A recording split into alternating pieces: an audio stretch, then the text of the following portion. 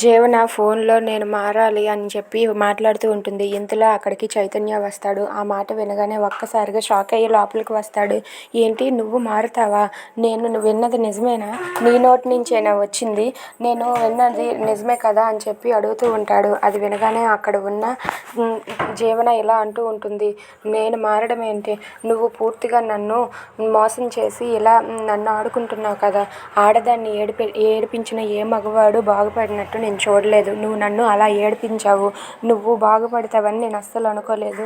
నన్ను ఎంత బాధ పెట్టి నువ్వు ఏం సాధిద్దాం అనుకుంటున్నావు అని చెప్పి అంటూ ఉంటుంది. ఆ మాటలకు చైతన్య అయితే నువ్వు నీ పేరెంట్స్ని మోసం చేసావు. నువ్వు చేసిన పనికి ఇక్కడ మా అన్నయ్య వదిన కూడా చాలా బాధపడుతున్నారు. నేను నిన్ను ఎలా వదిలేస్తాను చెప్పు అని చెప్పి అంటూ ఉంటాడు. అది వినగానే జీవన అయితే మరి నువ్వు నీ పేరెంట్స్ని మోసం చేసి ఇక్కడి నుండి వెళ్ళిపోలేదా? ఏం సాధించావు అని చెప్పి అడుగుతుంది.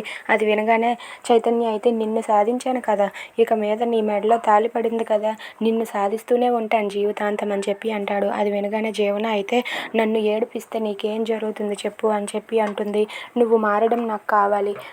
నీలో మార్పును చూడాలి. నీలో మార్పు వచ్చేంత వరకు నేను ఇలానే చేస్తాను, ఈ ప్రయత్నమే చేస్తాను. నువ్వు ఏమన్నా ఎన్నన్నా సరే నేను మాత్రం నిన్ను మార్చే తీరుతాను అని చెప్పి చైతన్య అంటాడు. అది విని జీవన అయితే నేను మారడం సంగతి పక్కన పెట్టు, నువ్వు ఇలా మోసం చేస్తావని నేను అస్సలు అనుకోలేదని చెప్పి అంటూ ఉంటుంది. If you like this video please subscribe.